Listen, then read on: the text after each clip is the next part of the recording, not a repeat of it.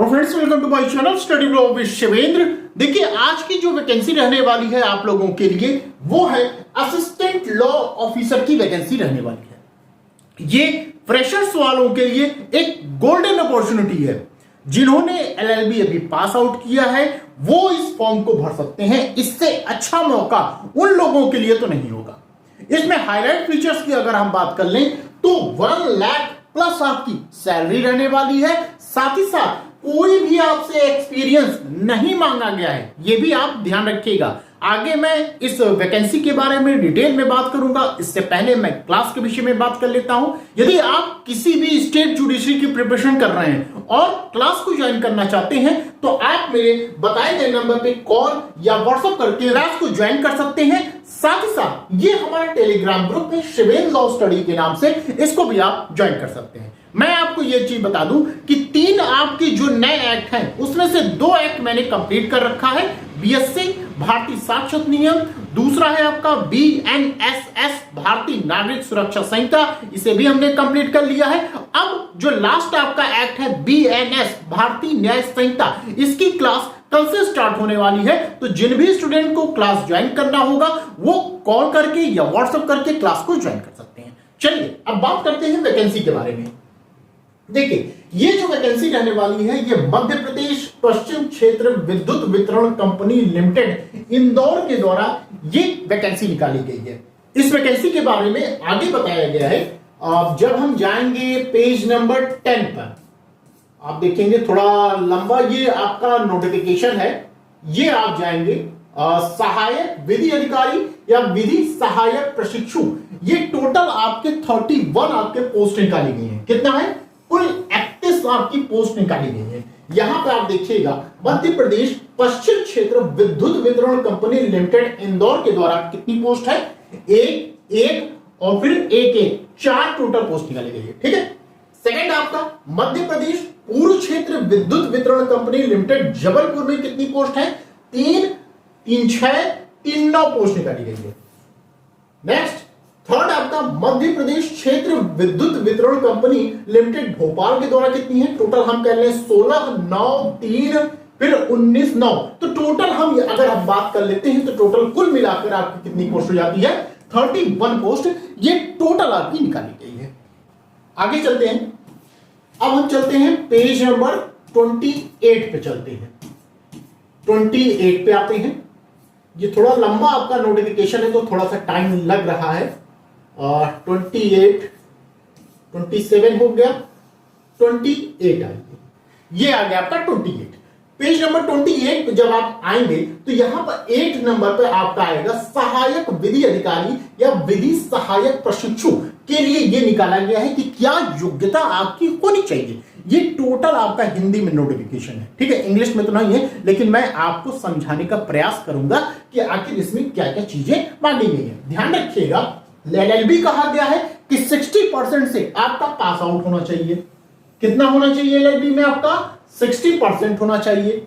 या फिर कहा गया है कि अगर आपने राज्य विद्युत मंडल की उत्तरवर्ती कंपनियों में काम अगर किया है तो कितना होना चाहिए? 55% आपके मार्क्स होने चाहिए। या कहा गया है कि मध्य प्रदेश के मूल निवासी अनुसूचित जाति एससी एसटी या आपके ईडब्ल्यूएस के अंतर्गत आती हैं या दिव्यांगजन अभ्यर्थी हैं आप, तो कितना होना चाहिए? 50% आपके पास मार्क्स होना चाहिए। 3 चीज ध्यान रखिएगा। 60% किसके लिए है? जो जनरल कैटेगरी के हैं वो एलएलबी इन्होंने पास किया है तो कितना होना चाहिए? 60%। यदि आप ऐसी कंपनियों में काम कर चुके हैं जो ये कहा गया कि राज्य विद्युत मंडल की कंपनी के अंतर्गत अगर आपने काम कर लिया है तो कितना परसेंट आपका चाहिए? 55% चाहिए। लेकिन वहीं पर आपका कहा गया है कि यदि आप मध्य प्रदेश के मूल निवासी हैं या एससी एसटी या आपका आर्थिक रूप से कमजोर वर्ग के हैं या दिव्यांगजन अभ्यर्थी हैं तो कितना परसेंट आपका चाहिए? 50% आपके मार्क्स चाहिए। ठीक है, ये ध्यान रखिएगा। फिर आगे ये कहते हैं कि यदि आपने 5 वर्षीय एलएलबी कर लिया है तो सीधा इनका कहने का मतलब है कि एलएलबी आपने चाहे 3 साल का किया है चाहे 5 साल का किया है, आपके पास 60% मार्क्स होना चाहिए। ठीक है, ये आपका मैंडेटरी है। यहां पर आगे चलते हैं। अब आइए 35 पर, पेज नंबर 35 देखते हैं। 35 पे क्या कहा गया है? अब यहां पे देखिए आयु सीमा बताई गई है। आयु सीमा में क्या कहा गया है कि आयु सीमा की गणना कैलेंडर वर्ष में 1 जनवरी 2024 से की जाएगी। ठीक है, ये ध्यान रखिएगा। साथ ही साथ कहा गया है जो न्यूनतम आपकी आयु होगी कितनी होनी चाहिए, 18 वर्ष होनी चाहिए, और जो अधिकतम आयु होनी चाहिए वो कितनी है, ये 40 ईयर्स रखी गई। ये ध्यान रखिएगा। इसमें आगे ये कहते हैं कि यदि आप सुरक्षा उप निरीक्षक एवं सुरक्षा सैनिक हेतु अगर आप हैं तो अधिकतम आयु सीमा कितनी हो सकती है, 33 वर्ष हो सकती है। ठीक है, अब यहां आवेदक श्रेणी पूरा बताया गया है, अधिकतम आयु कितनी होगी यहां पे मेंशन किया गया है। कहा गया अगर आप पुरुष हैं, अनारक्षित वर्ग के हैं, मतलब जेंडर कैटेगरी के अंतर्गत आते हैं, तो मैक्सिमम एज कितनी है, 40 ईयर्स होनी चाहिए। वहीं पर मध्य प्रदेश के मूल निवासी हैं, अगर महिला हैं आप, ठीक है, जनरल हैं, तो 45 ईयर्स होनी चाहिए। वहीं पर थर्ड पॉइंट ये कहा गया है कि मध्य प्रदेश के मूल निवासी पुरुष हैं या महिला हैं, आरक्षित वर्ग की हैं, एससी हैं, एसटी हैं या ईडब्ल्यूएस हैं या दिव्यांगजन के अंतर्गत आते हैं, तो 45 ईयर्स रखी गई है, मैक्सिमम एज रखी गई है। वहीं पर फोर्थ आप नंबर देखेंगे तो मध्य प्रदेश के मूल निवासी पुरुष हैं या महिला हैं, शासकीय या निगम मंडल स्वशासी संस्थान एवं होमगार्ड कर्मचारी है अगर आप हैं, तो मैक्सिमम एज कितनी है, 45 ईयर्स यहां पर रखी गई है। ये ध्यान रखिएगा। ध्यान रखिएगा यहां आयु सीमा के संबंध में एक चीज और बताई गई है कि लिखा गया है, यहां पर आप देखेंगे उपरोक्त उल्लिखित आयु सीमा में छूट सक्षम प्राधिकारी द्वारा जारी प्रासंगिक प्रमाण पत्र प्रस्तुत करने पर ही लागू होगी। नेक्स्ट एंड लास्ट पॉइंट यहां पे कहा गया है कि पूर्ववर्ती मध्य प्रदेश राज्य विद्युत मंडल की उत्तरवर्ती कंपनियों में अर्ध विभागीय या संविदा कर्मचारियों या भूतपूर्व सैनिकों को छोड़कर किसी भी परिस्थिति में अधिकतम आयु सीमा 45 वर्ष से अधिक नहीं होगी। सुरक्षा उप निरीक्षक एवं सुरक्षा सैनिक हेतु किसी भी परिस्थिति में अधिकतम आयु सीमा 38 वर्ष से अधिक नहीं होगी। ठीक है, ये चीज ध्यान रखिएगा। अब आते हैं आरक्षण के संबंध में। यहां कहा गया है कि सभी आरक्षण केवल मध्य प्रदेश के मूल निवासी या स्थानीय निवासी उम्मीदवारों के लिए लागू होगी। ये बात आप यहां पर ध्यान रखिएगा।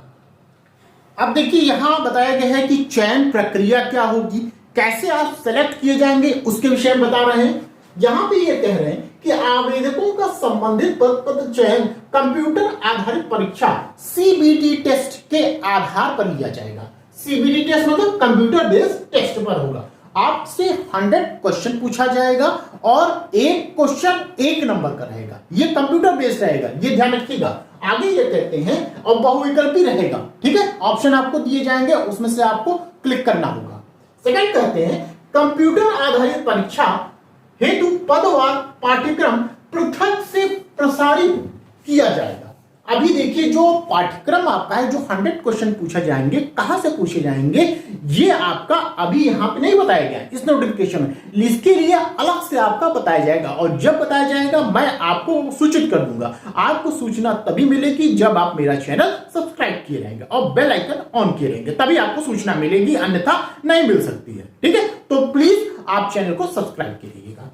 नेक्स्ट कहते हैं कि कंप्यूटर आधारित जो परीक्षा होगी उसमें न्यूनतम कट ऑफ कितनी होगी, 25% होगी। ये ध्यान रखिएगा, ये इंपॉर्टेंट है।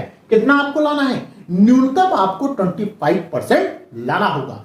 ध्यान रखिएगा, माइनस मार्किंग का यहां पे प्रावधान नहीं किया गया है। यहां पे एक चीज और बताते हैं कि ये देखेंगे आप, ऑनलाइन परीक्षा में 2 या 2 से अधिक आवेदकों के प्राप्तांकों के समान होने पर वरीयता का निर्धारण निम्नानुसार किया जाएगा।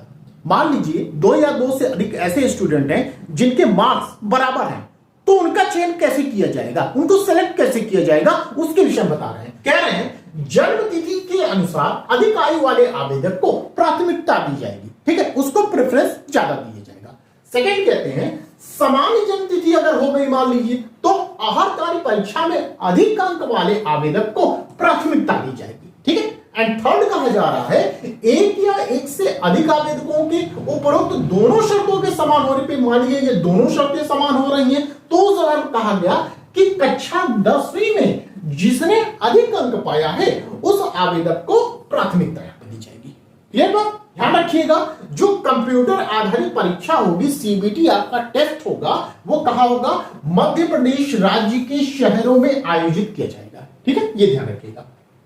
अब यहां पे देखिए शुल्क बताया जा रहा है कि कितना लिया जाएगा। आवेदन शुल्क एवं अन्य प्रभार, जो जनरल कैटेगरी के लोग हैं उनसे कितना लिया जाएगा शुल्क, आपको बताया गया है 1200 रुपए लिया जाएगा। वहीं पर जो मध्य प्रदेश के मूल निवासी हैं, स्थानीय निवासी हैं, एससी हैं, एसटी हैं, ओबीसी हैं, ईडब्ल्यूएस के अंतर्गत आते हैं, उनसे कितना लिया जाएगा, 600 रुपए उनसे आपका शुल्क लिया जाएगा। ठीक है, ये ध्यान रखिएगा। आवेदन आप कैसे करेंगे इसके संबंध में यहां पर बताया गया है कि आवेदन केवल ऑनलाइन माध्यम से किया जाएगा। कैसे, एमपी ऑनलाइन की वेबसाइट पर किया जाएगा। वेबसाइट का नाम मैं बता दे रहा हूं, ध्यान रखिएगा, www.mponline.gov.in, इस पर आप जा सकते हैं, या कहा गया है iforms.mponline.gov.in पर भी आप जा सकते हैं और ये नोटिफिकेशन पूरा प्राप्त कर सकते हैं और अपने फॉर्म को फिल कर सकते हैं। अगर आपको ये नोटिफिकेशन नहीं मिलता है, आप मुझे मैसेज करिएगा, मैं अपने टेलीग्राम ग्रुप पे इसे शेयर कर दूंगा। ठीक है, आगे ये कहते हैं कि ऑनलाइन आवेदन भरने हेतु विस्तृत दिशा निर्देश या जानकारी एमपी ऑनलाइन की वेबसाइट के पोर्टल पर ये आपका उपलब्ध रहेगा।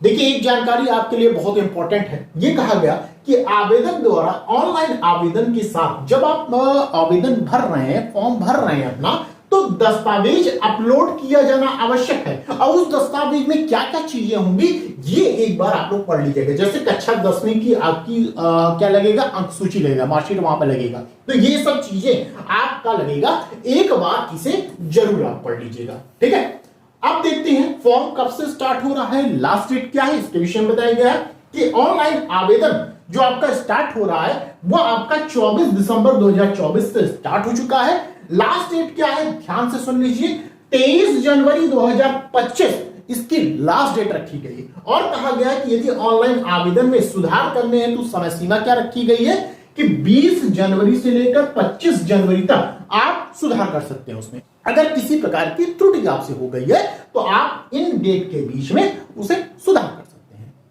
आपका जो एडमिट कार्ड आएगा, ये जो साइड है इसी पर आएगा। ठीक है, और एडमिट कार्ड अगर अपलोड कर दिया गया है, उसको डाउनलोड करने में किसी भी प्रकार की समस्या हो रही है तो ये आपका नंबर दिया गया है, आप यहां पर कॉल करके आप उस पर बात कर सकते हैं कि क्यों हमारा डाउनलोड नहीं हो रहा है या कुछ भी आपसे कमी हो गई है उस एडमिट कार्ड में, तो इसके संबंध में यहां पर आप कॉल करके बात कर सकते हैं। ठीक है, आगे चलते हैं।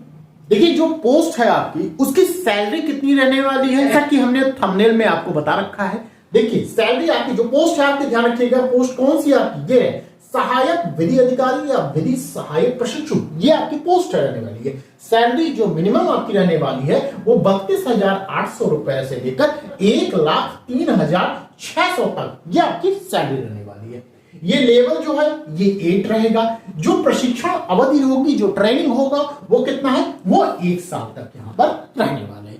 तो इस तरह हमने जो इंपॉर्टेंट चीजें हैं यहां पर, ये हमने इस नोटिफिकेशन के बारे में आपको बता दिया है। एक बार इसे आप डाउनलोड करके आप आराम से एक बार पूरा पढ़ लीजिएगा, क्या क्या आपके लिए इंपॉर्टेंट चीजें हैं। वैसे मैंने जो इंपॉर्टेंट चीजें हैं मैंने यहां पर आपको बता दिया है। तो जल्द से जल्द आप लोग इस फॉर्म को जरूर भर दीजिएगा, खासकर वो स्टूडेंट जिन्होंने LLB अभी पास आउट किया है। आई होप मेरे द्वारा बताई गई जानकारी आपको पसंद आई होगी। यदि पसंद आई हो तो प्लीज चैनल को सब्सक्राइब कर दीजिएगा। अगर वीडियो पसंद आई हो तो लाइक कर दीजिएगा, शेयर कर दीजिएगा। तो बस आज के लिए इतना ही, फिर मिलते हैं नेक्स्ट वीडियो में। Thank you.